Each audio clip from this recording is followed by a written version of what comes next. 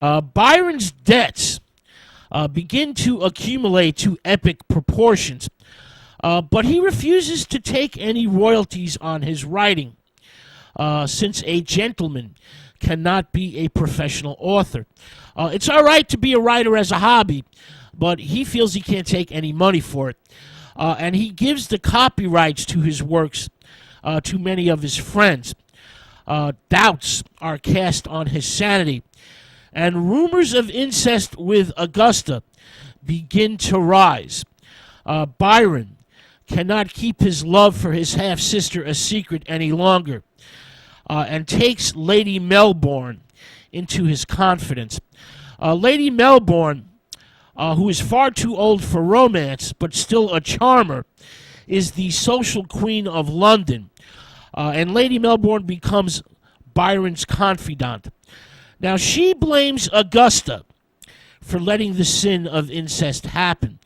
Augusta is now pregnant with Byron's child, and, well, quickly returns to her husband. Her husband knows the truth, but doesn't seem to give a damn. Byron plans to take Augusta to Europe when the child is born, a girl called Elizabeth Medora. Augusta refuses to begin the incestuous love affair again. She is in fear for her immortal soul. She knows full well that it's a mortal sin, and she just doesn't want to participate in incest anymore. So she tells Byron no, 1,000 times no. Lady Melbourne convinces Lord Byron that it is time to settle down and introduces him to Annabella Milbank. Annabella is madly in love with Byron. She's in the grips of a powerful sexual attraction and is eager to marry Byron.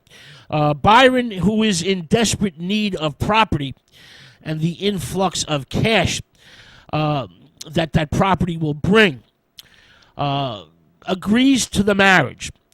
Annabella just happens to be the cousin of Lady Caroline Lamb. Lamb is still deeply in love with Byron.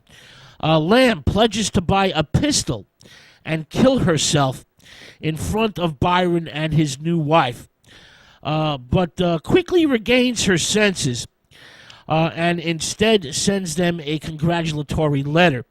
The wedding night, it is an utter disaster. Byron rages like a caged tiger and hints to his new bride at the monstrous sins he has committed in the past. Byron, during the honeymoon, basically has a nervous breakdown induced by too much brandy, laudanum, and opium. His lifestyle is simply not compatible with married life, and his depression reaches a new zenith. Byron engages in several affairs with both men and women while he is married. The lure of the forbidden is always a driving force in his life. And, well, he has a strong sexual appetite combined with endless curiosity. Now, his only friend at this point in time is his trusty vial of black drop liquid opium, which calms his nerves and numbs his emotions. Byron still manages to continue writing during the days of his disastrous marriage. He composes the Hebrew Melodies, a collection of short poems, many in scriptural, based on scriptural subjects, but some are love songs with lyrics. For example, She Walks in Beauty Like the Night. This comes from Hebrew Melodies. Now, Jewish composer Isaac Nathan would later arrange some of the poems to traditional Hebrew melodies. Now, wife Annabella is simply fed up with Byron's many infidelities, and she leaves him to live with her parents and files for a legal separation after only 1 year of marriage. Annabella also files charges of incest with Augusta, of course, and alleges that Byron not only sodomized her, but engaged in many homosexual affairs with dozens of men and teenage boys during the course of their marriage. Now, homosexual activity, sodomy, was considered a very serious crime in England at this point in time. Byron, of course, rebukes his wife's allegations, but few, if any, believe him. Ostracized and deeply embittered, Lord Byron leaves England, never to return, in order to avoid the ensuing scandals and the possible legal ramifications of his behavior.